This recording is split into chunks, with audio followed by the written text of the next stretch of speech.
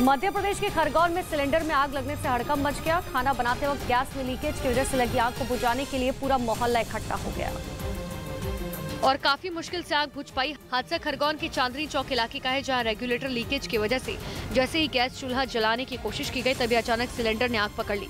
पूरे घर में अफरा तफरी का माहौल हो गया। घर के अंदर कई लोग मौजूद थे। बड़ी मुश्किल से आग का गोला बने सिलेंडर को घर से बाहर निकाला गया। इस दौरान पूरा मोहल्ला इकट्ठा हो गया। आग की चपेट में एक बाइक और कुछ फर्नीचर जलकर पूरी तरीके से राख हो गए। महिला खाना बना रही थी। सिलेंडर लीकेज होने के कारण धीरे से जो आग पकड़ते हुए आग टंकी पर आई। टंकी में जो आग पकड़ी तो घर में चिल्लाहट हुई। काफी देर तक सिलेंडर में लगी आग की लपटों पर काबू पाया गया। इस दौरान गनीमत ये रही कि इस हादसे में कोई जनहानि नहीं हुई। तालिबान ने आरोप लगाया कि उनके सरगना अल जवाहिरी की लोकेशन पाकिस्तान ने अमेरिका तक पहुंचाई। इस मुखबिरी के लिए उसे अमेरिका से लाखों डॉलर की रकम मिली और बदले में उसने तालिबान के मुखिया अल जवाहिरी का पता बताने के साथ ही अमेरिका को अपनी एयर स्पेस इस्तेमाल करने की इजाजत दी। तालिबान का दावा है कि पाकिस्तान की मदद से ही अमेरिका उनके देश में दाखिल हुआ और अल जवाहिरी को निशाना बनाया, जिसके लिए उसे सबसे जरूरी चीज यानी हवाई रास्ता पाकिस्तान ने ही मुहैया कराया, जिससे अमेरिकी ड्रोन काबुल के शिपुर में घुसा और 31 जुलाई को अल जवाहिरी का खात्मा कर दिया। उसके बाद से अफगानिस्तान लगातार पाकिस्तान पर कूटनीतिक संबंधों के उल्लंघन का आरोप लगाता रहा है और अब तो तालिबान सरकार में उप विदेश मंत्री शेर मोहम्मद स्तानिकजाई खुलकर इसके लिए पाकिस्तान को जिम्मेदार बता रहे हैं। उन्होंने दावा किया कि अमेरिका की मांग पूरी करने के बदले पाकिस्तान को लाखों डॉलर मिले, जिसके सबूत भी तालिबान सरकार के पास हैं। स्तानिकजाई के मुताबिक उनके पास एक वीडियो है जिसमें पाकिस्तान और अमेरिका के बीच इस डील का जिक्र है, जिसके बाद अफगानिस्तान पाकिस्तान पर जवाहिरी की मुखबिरी का आरोप लगा रहा है। बिहार के दरभंगा से बेहद ही हैरान करने वाली तस्वीर सामने आई। यहाँ के सकतपुर थाना क्षेत्र के गांव में बच्चे की हत्या के शक में लोगों ने बुजुर्ग महिला को बिजली के खंभे से बांधकर पूरी तरीके से पीटा। महिला चीख कर छोड़ने की गुहार लगाती रही। खंभे से बंधी महिला को गांव वाले लात और घूंसों से तब तक मारते रहे जब तक कि वो बेहोश नहीं हो गई। भीड़ ने महिला पर जादू टोना कर बच्चे की हत्या का आरोप लगाया। जमीन पर बेदम पड़ी बुजुर्ग के ऊपर बच्चे का शव रखकर उसे पीटते रहे। पिटाई में महिला के कपड़े बुरी तरीके से फट गए। बाद में मौके पर पहुंची पुलिस ने गंभीर रूप से घायल महिला को अस्पताल में भर्ती कराया और मामले की तफ्तीश शुरू की गई। ये अरेस्टिंग सिर्फ एक हुई है उस बालक के मृत्यु के संबंधित कांड में। शेष कांड में अभी पहचान किया जा रहा है। वीडियो को देख के कौन कौन लोग थे। एक बार पहचान स्थापित हो जाएगी तब उनके विरुद्ध भी हम लोग कार्रवाई। पुलिस ने इस मामले में 2 अलग-अलग केस दर्ज किए। एक बच्चे की संदिग्ध मौत के संबंध में और दूसरी एफआईआर महिला की भीड़ द्वारा पिटाई के मामले में दर्ज हुई। पुलिस ने वायरल वीडियो के आधार पर पिटाई करने वाले आरोपियों की तलाश में जुट गई। तुर्की और ग्रीस के तनाव की आंच उनके पास मौजूद टापू देश साइप्रस तक पहुंच गई है। साइप्रस के लिए तुर्की और ग्रीस 70 के दशक से एक दूसरे के खून के प्यासे हैं। उस पर तुर्की ने नॉर्दर्न साइप्रस में अपनी सेना और हथियारों की तैनाती बढ़ाने का फैसला करके आग को और भड़का दिया, क्योंकि तुर्की नॉर्दर्न साइप्रस में अपनी सेना और हथियार दोनों बढ़ाने की तैयारी में है। तुर्की के विदेश मंत्री ने तो एकदम खुलकर कहा कि तुर्की हर कीमत पर अपने हिस्से वाले साइप्रस के लोगों के अधिकारों और हितों की हिफाजत करेगा। उन्होंने ऐलान किया कि हम नॉर्दर्न साइप्रस के लोगों की रक्षा के लिए वहां और ज्यादा सैनिक तैनात करेंगे और उन्हें उनकी जरूरत के हथियार भी मुहैया कराएंगे। मतलब तुर्की बिल्कुल आर पार के मूड में दिख रहा है। वो ग्रीस से जंग के लिए बेताब नजर आ रहा है और उस जंग का मैदान बन सकता है साइप्रस।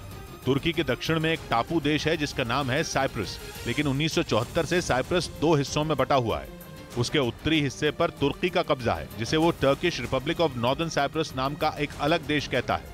वहीं टापू के दक्षिणी हिस्से में ग्रीक मूल के लोगों का दबदबा है, जिनकी सरकार को ग्रीस का समर्थन हासिल है। और उस दक्षिणी साइप्रस से ही अमेरिका ने अपना 35 साल पुराना आर्म्स एम्बार्गो हटा दिया, जिसके बाद तुर्की के तेवर तीखे हो गए। उसने भी बाजुएं चढ़ाई, अपने कब्जे वाले नॉर्दर्न साइप्रस में सैन्य तैनाती बढ़ाने का ऐलान कर दिया। यानी साइप्रस के इस ताजा विवाद की जड़ है अमेरिका का फैसला। तुर्की, ग्रीस और अमेरिका वैसे तो तीनों ही नेटो के सदस्य हैं, लेकिन जो बाइडेन के राज में अमेरिका का झुकाव ग्रीस की तरफ है। अमेरिका और ग्रीस की इसी करीबी की ताजा मिसाल तब देखने को मिली जब 17 सितंबर को अमेरिका ने ऐलान किया कि वो दक्षिणी साइप्रस से एम्बार्गो हटा रहा है, जबकि 1987 में अमेरिका ने दक्षिणी साइप्रस को हथियार बेचने पर प्रतिबंध लगा दिए थे, ताकि साइप्रस के दोनों हिस्सों में एक दूसरे के खिलाफ हथियार जुटाने की होड़ न लगे।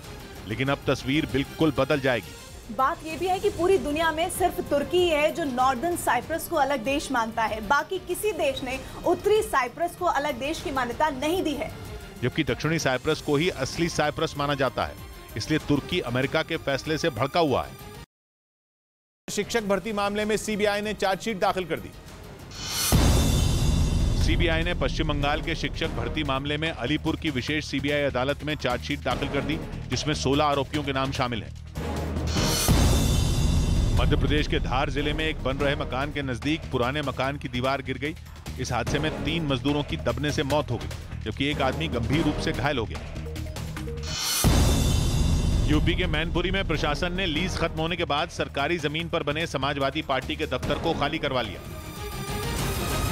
इटावा के जिला अस्पताल में उस वक्त जबरदस्त हंगामा हो गया जब एक महिला अपने पति का इलाज कराने अस्पताल पहुंची थी, जहां पहुंचे उसके ससुर ने उसकी पिटाई कर दी, जिसका वीडियो वायरल हो गया। दरअसल महिला के पति ने जहरीला पदार्थ खा लिया, जिसके बाद महिला उसे अस्पताल में भर्ती कराने पहुंची। सूचना मिलने पर महिला का ससुर भी अस्पताल पहुंच गया, जिसके बाद पहले तो दोनों के बीच कहासुनी हुई और देखते ही देखते दोनों के बीच मारपीट हो गई। काफी देर तक दोनों आपस में लड़ते रहे, लेकिन उन्हें किसी ने नहीं बचाया। घर में बताई ससुर वहाँ गाली गलौज करने लगे कि अगर हमारे लड़का को कुछ होगा तो तुम्हें जिंदा जलाए दिए हैं। बहू और ससुर आपस में झगड़ते रहे, जिसका वीडियो वहीं खड़े लोगों ने बना लिया, जो अब वायरल हो रहा है।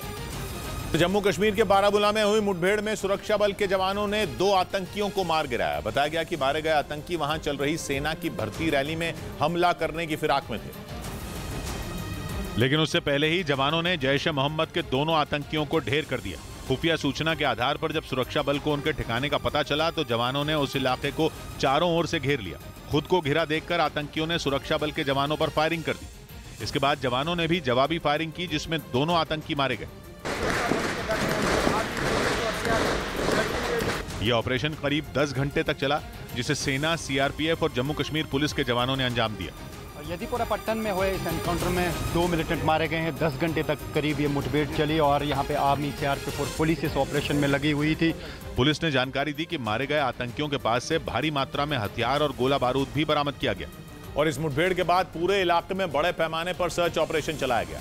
असल में बीती रात करीब 12 बजे ही सुरक्षा बल के जवानों को आतंकियों के छिपे होने की खबर मिली थी और रात करीब 2 बजे आतंकियों के साथ जवानों की मुठभेड़ शुरू हो चुकी थी। ये मुठभेड़ तब तक चलती रही जब तक दोनों आतंकी मारे नहीं गए। पूरा पट्टन में फायरिंग का सिलसिला लगातार जारी है और आप सुन सकते हैं जबरदस्त फायरिंग हो रही है यहाँ पे। पुलिस ने बताया कि जैश ए मोहम्मद के इन आतंकियों को मारकर बहुत बड़ी साजिश को नाकाम किया गया। यहाँ पे आर्मी की रिक्रूटमेंट रैली चल रही है, अग्निवीर रैली, उसको टारगेट करने के लिए यहाँ पे पहुंचे हुए थे। सिर्फ बारामूला ही नहीं, शोपियां में भी आतंकियों के साथ सुरक्षा बल की मुठभेड़ हुई। शोपियां के एक इलाके में 3 आतंकियों के छिपे होने की खबर मिलने के बाद सुरक्षा बल के जवानों ने वहां काफी देर तक सर्च ऑपरेशन भी चलाया। ईरान में हिजाब का विरोध बढ़ता ही जा रहा है। महिलाओं के बाद अब पुरुष भी सड़कों पर उतर आए हैं। सीधे पुलिस